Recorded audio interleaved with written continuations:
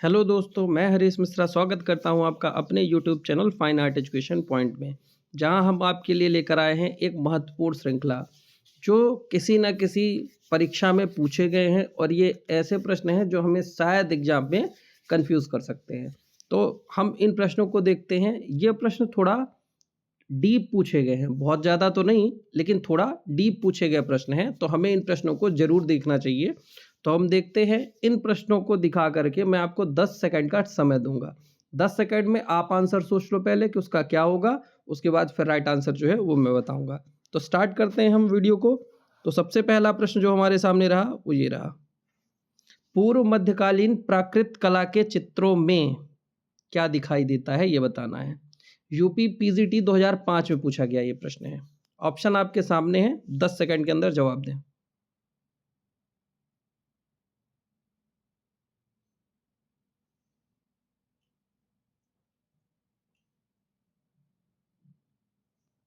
चलिए, इसका right answer है भावों का अभाव। पूर्व प्राकृत काल, पूर्व मध्यकाल यानी प्राकृत काल की बात हो रही है, तो प्राकृत काल के अंतर्गत हमने पढ़ा था कि पाल शैली आती है और पाल शैली में भावों का अभाव हमें दिखाई देता है। इसका राइट आंसर है भावों का अभाव। नेक्स्ट क्वेश्चन हम देखते हैं। भाव कला में क्या व्यक्त करता है? हरियाणा 2018 के परीक्षा में पूछा गया था। भाव कला में क्या व्यक्त करता है? ऑप्शन आपके सामने है, आंसर दीजिए।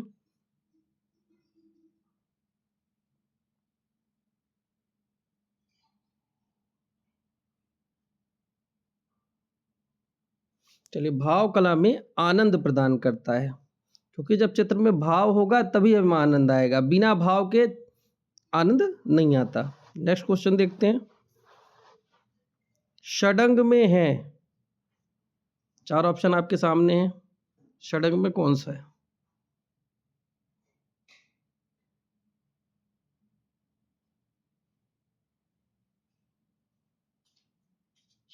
इसका राइट आंसर है सादृश्य। बाह्य सौंदर्य जो दिया है ये हमें कंफ्यूज करता है, क्योंकि बाह्य सौंदर्य तो लावड़ योजना का अर्थ है ना। मेन तो षडंग में बाह्य सौंदर्य नहीं होता, उसमें तो लावड़ योजना है, तो वो तो होगा नहीं। अब यहाँ पर हम देखेंगे तो सादृश्य दिया हुआ है। रूप भेद प्रमाण भाव लावड़ योजना सादृश्य और वणिका भंग, तो सादृश्य तो ऑप्शन में है ही, तो इसका राइट आंसर हो जाएगा सी। बाह्य सौंदर्य से कंफ्यूज नहीं होना है, राइट आंसर है सी। नेक्स्ट क्वेश्चन देखते हैं। संबद्धता का सिद्धांत संबंधित है। संबद्धता का सिद्धांत ये उत्तराखंड 2020 की परीक्षा में पूछा गया था। आंसर दें इसका।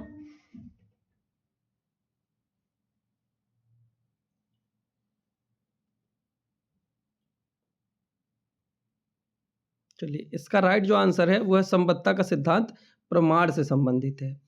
और अभी हाल ही में एमपीपीएससी असिस्टेंट प्रोफेसर की परीक्षा में जो पूछा गया था, वो पूछा गया था कि कैंडा शब्द का संबंध किससे है। तो कैंडा शब्द का भी संबंध प्रमाण से है और संबद्धता का सिद्धांत भी प्रमाण से संबंधित है। नेक्स्ट क्वेश्चन हम देखते हैं। कलाओं में चित्रकला को सर्वोच्च स्थान किस पुस्तक में बताया गया है? यानी कि किस पुस्तक में चित्रकला को सभी कलाओं में श्रेष्ठ बताया गया है? हरियाणा 2018 में पूछा गया ये प्रश्न है। ऑप्शन देख करके इसका आंसर दें।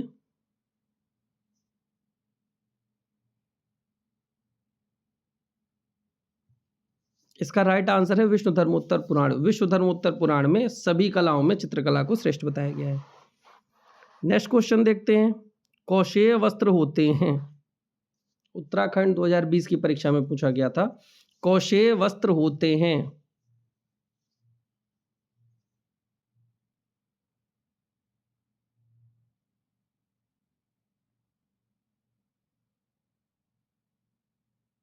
राइट आंसर इसका है कौशेय वस्त्र जो होते हैं वो रेशमी होते हैं। नेक्स्ट क्वेश्चन देखते हैं। विष्णु धर्मोत्तर पुराण में मुख्य रंग कितने बताए गए हैं?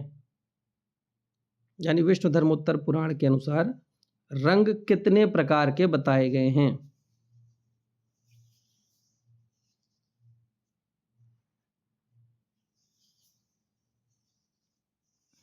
इसका राइट आंसर है विष्णु धर्मोत्तर पुराण के अनुसार रंग जो हैं, रंग 5 प्रकार के बताए गए हैं।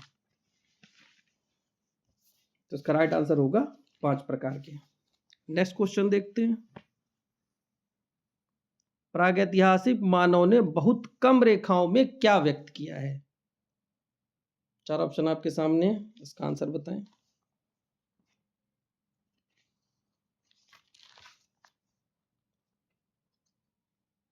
इसका राइट आंसर है अनुभूतियों से प्रभावशाली अभिव्यक्ति, यानी उन्होंने अपनी अनुभूतियों की प्रभावशाली अभिव्यक्ति की है कम रेखाओं के माध्यम से।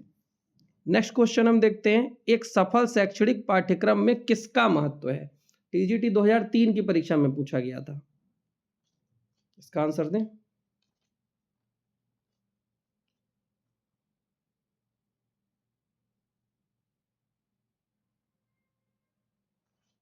तो इसका सही आंसर है डी, कला और साहित्य। किसी भी शैक्षणिक पाठ्यक्रम में अगर हमें पढ़ाई करनी है तो हमें प्रैक्टिकल के साथ साथ थ्योरी का भी नॉलेज होना जरूरी है, तो कला और साहित्य इसका राइट आंसर होगा।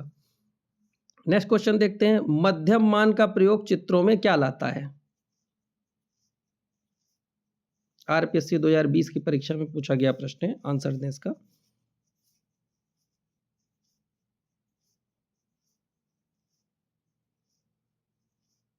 मध्यम मान चित्रों में स्थिरता लाता है, ध्यान रखना इस प्रश्न को। नेक्स्ट क्वेश्चन देखते हैं, रूप जो शक्ति, स्थायित्व एवं एकता को दर्शाता है। उत्तराखंड 2020 की परीक्षा में पूछा गया प्रश्न है, इसका आंसर दें।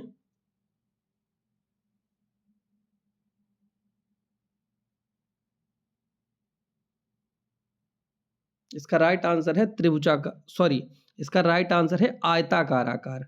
आयताकार आकार रूप, आयताकार रूप ऐसा होता है जो शक्ति, स्थायित्व और एकता को दर्शाता है। नेक्स्ट क्वेश्चन देखते हैं, पैटर्न क्या है? डीएसएसबी 2018 की परीक्षा में पूछा गया था। पैटर्न शब्द का तो हम वैसे डेली रोजमर्रा की जिंदगी में यूज करते ही रहते हैं कि ये पैटर्न ऐसा है, ये पैटर्न ऐसा है, तो पैटर्न का अर्थ क्या है पूछा है। ऑप्शन देख के इसका आंसर बताएं।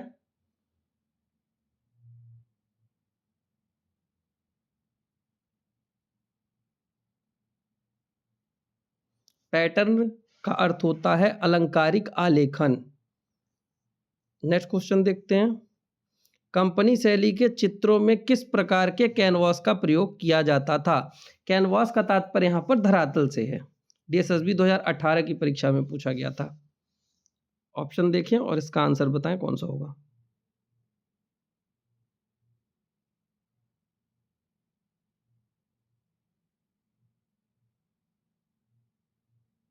इसका राइट आंसर है कागज और हाथी दांत। क्यों?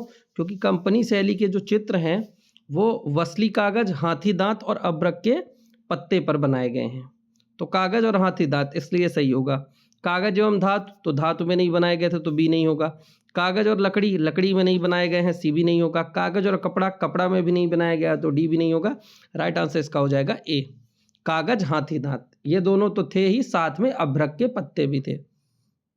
नेक्स्ट क्वेश्चन देखते हैं, कंपनी शैली के चित्रों में अधिकांशतः किस प्रकार के पोत का प्रयोग किया गया है? पोत मतलब धरातल। आरपीएससी 2020 की परीक्षा में पूछा गया था, इसका आप आंसर बताएं कौन सा होगा।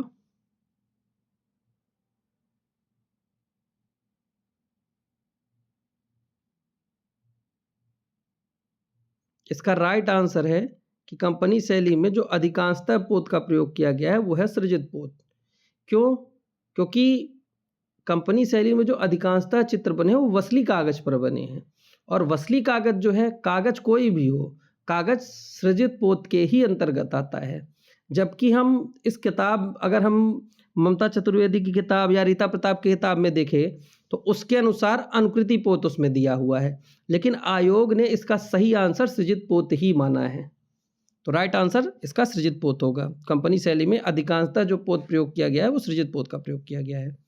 नेक्स्ट क्वेश्चन देखते हैं, लॉर्ड मिंटो ने किसके अनेक चित्र खरीद लिए थे? उत्तराखंड 2020 की परीक्षा में पूछा गया था, इसका आंसर दें।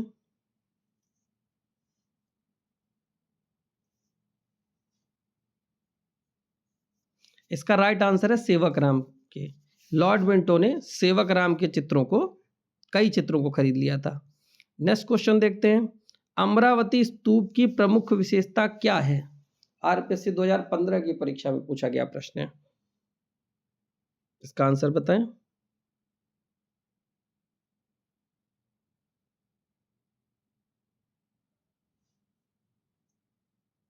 इसका राइट आंसर है प्रबल गतिशीलता। अमरावती स्तूप की जो प्रमुख विशेषता है वो है प्रबल गतिशीलता। नेक्स्ट क्वेश्चन देखते हैं। भारत का विशालतम भित्ति चित्र वीरभद्र कहाँ है? DSSB 2018 के परीक्षा में पूछा गया प्रश्न है।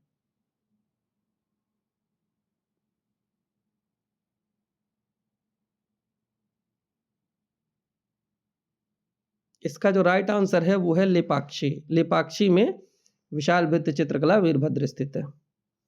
नेक्स्ट क्वेश्चन देखते हैं। मूर्तिकला में शिरोवस्त्र को क्या कहा जाता है? उत्तराखंड 2020 की परीक्षा में पूछा गया था। आंसर दें इसका।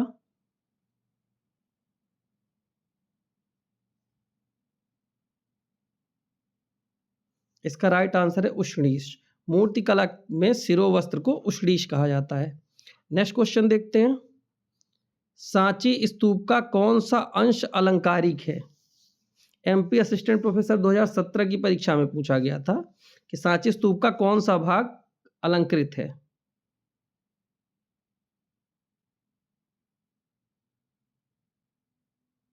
इसका राइट आंसर है तोरण द्वार। तोरण द्वार सांची के स्तूप में सबसे ज्यादा अलंकृत है, सबसे ज्यादा डिजाइनें तोरण द्वार में ही बनाई गई हैं। नेक्स्ट क्वेश्चन देखते हैं। भारतीय मूर्तिकला में हास्य व्यंग का शिल्पांकन कहाँ हुआ है?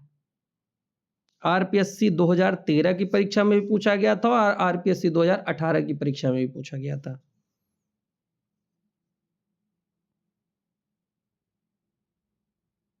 इसका जो राइट आंसर है वो है भरहूत स्तूप। भारतीय मूर्तिकला में हास्य व्यंग का शिल्पांकन जो है वो हमें भरहूत स्तूप में देखने को मिलता है। नेक्स्ट क्वेश्चन देखते हैं। नेक्स्ट क्वेश्चन है हमारा। धन्यवाद। तो आज का वीडियो यहीं पर खत्म हुआ। मिलते हैं अगले वीडियो में नई सीरीज के साथ। धन्यवाद।